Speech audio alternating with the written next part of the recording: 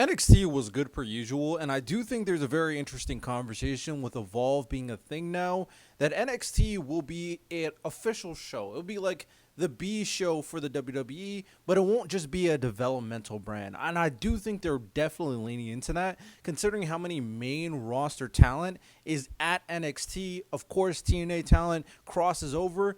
The NXT brand is definitely going to be more of a show that people, even the casual fans, should lock into. Bailey, A-Town Down Under, being at Vengeance Day, I do think is another step for people to realize NXT is really good. So with that said, this show was interesting. A lot of things happened. One thing that I've said continuously is I do think Sean Spears is sowing the seeds for the Tony D'Angelo family to break apart. Izzy Dame is definitely being in Tony D's ear to make some friction between him and his family. It's very sneaky but very creative. I really like that angle. Stephanie Valkyrie is amazing. Honestly, my hot take, Stephanie Valkyrie is the next big superstar of the WWE. She's the next face. She's the next Rhea Ripley level character. And I'm low-key concerned, and I don't want to sound negative, but I'm low-key concerned about Julia because her English doesn't sound like it's getting better. And I'm very concerned about that because you only can have so high of a ceiling in the WWE when you can't do good English promos. So concerned about Julia, but Stephanie Valkyrie's English is sounding so much better every single week.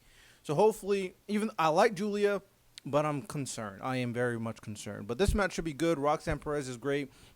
Oba Femi and Trick Williams, really good. They sideline Trick Williams with Eddie Thorpe, which is smart, so they can, make sure that they can start building Oba Femi versus Trick for stand and deliver. When Trick makes that good return, beats up Eddie Thorpe, you love to see it. And Kalani's crash out's interesting. And the thing I will say, I shout out Lexus King for changing the rules of the Heritage Cup because I don't like the Heritage Cup. I don't think it's meaningful. I think it's meaningless. But at least he changes the match stipulation so it's not as like formulaic as it is because nobody really likes that.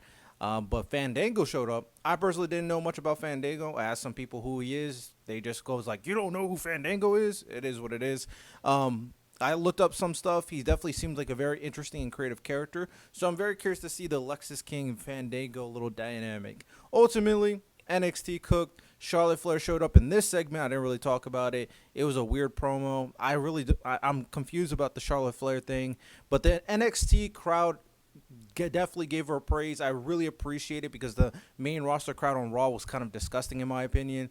But overall, W show.